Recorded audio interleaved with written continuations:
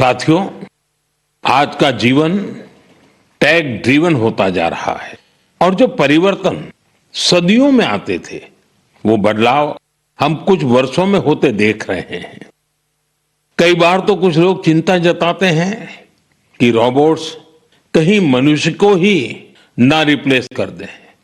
ऐसे बदलते समय में ह्यूमन डेवलपमेंट के लिए अपनी जड़ों से जुड़े रहना बहुत जरूरी है। मुझे ये देखकर बहुत खुशी होती है कि हमारी अगली पीढ़ी अपनी संस्कृति की जड़ों को अच्छी तरह थाम रही है। नई सोच के साथ, नए तरीकों के साथ। साथियों, आपने इंडियन इंस्टीट्यूट ऑफ साइंस, उसका नाम तो जरूर सुना होगा। रिसर्च और इनोवेशन इस संस्थान की पहचान है। कुछ साल पहले वहां के कुछ छात्रों ने महसूस किया कि पढ़ाई और रिसर्च के बीच संगीत के लिए भी जगह होनी चाहिए। बस यहीं से एक छोटी सी म्यूजिक क्लास शुरू हुई। न बड़ा मंच, न कोई बड़ा बजट। धीरे धीरे ये पहल बढ़ती गई और आज इसे हम गीतांजलि IISC के नाम से जानते हैं। यह अब सिर्फ एक क्लास नहीं, कैंपस का सांस्कृतिक केंद्र है। यहां हिंदुस्तानी शास्त्रीय संगीत है, लोक परंपराएं हैं, शास्त्रीय विधाएं हैं।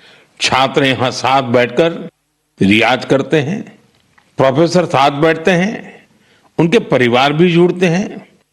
आज 200 से ज्यादा लोग इससे जुड़े हैं और खास बात ये कि जो विदेश चले गए वो भी ऑनलाइन जुड़कर इस ग्रुप की डोर थामे हुए हैं। साथियों, अपनी जड़ों से जुड़े रहने के ये प्रयास सिर्फ भारत तक सीमित नहीं है। दुनिया के अलग अलग कोनों और वहां बसे भारतीय भी अपनी भूमिका निभा रहे हैं। एक और उदाहरण जो हमें देश से बाहर ले जाता है, ये जगह है दुबई। वहां रहने वाले कन्नड़ा परिवारों ने खुद से एक जरूरी सवाल पूछा। हमारे बच्चे टेक वर्ल्ड में आगे तो बढ़ रहे हैं, लेकिन कहीं वो अपनी भाषा से दूर तो नहीं हो रहे हैं।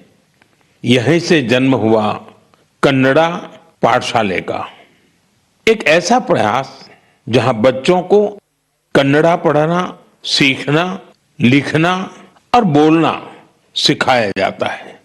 आज इससे 1000 से ज्यादा बच्चे जुड़े हैं।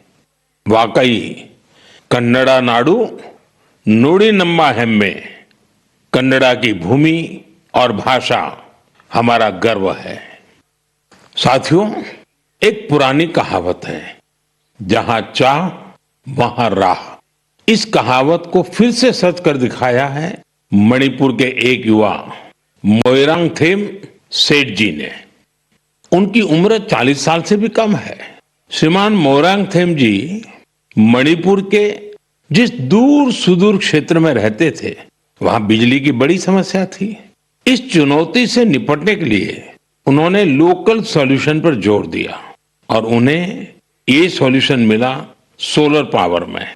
हमारे मणिपुर में वैसे भी सोलर एनर्जी पैदा करना आसान है, तो मोइरांगथेम जी ने सोलर पैनल लगाने का अभियान चलाया और इस अभियान की वजह से आज उनके क्षेत्र के सैकड़ों घरों में सोलर पावर पहुंच गई है।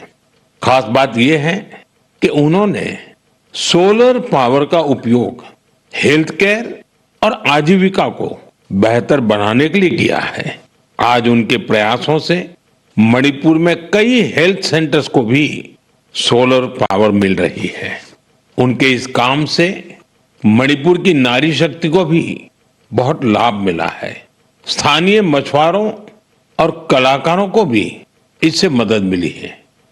साथियों, आज सरकार PM सूर्यघर मुफ्त बिजली योजना के तहत हर लाभार्थी परिवार को सोलर पैनल लगाने के लिए करीब करीब 75 से 80 हजार रुपए दे रही है। मोइरांगथेम जी के ये प्रयास यूं तो व्यक्तिगत प्रयास है, लेकिन सोलर पावर से जुड़े हर अभियान को नई गति दे रहे हैं। मैं मन की बात के माध्यम से उन्हें अपनी शुभकामनाएं देता हूं।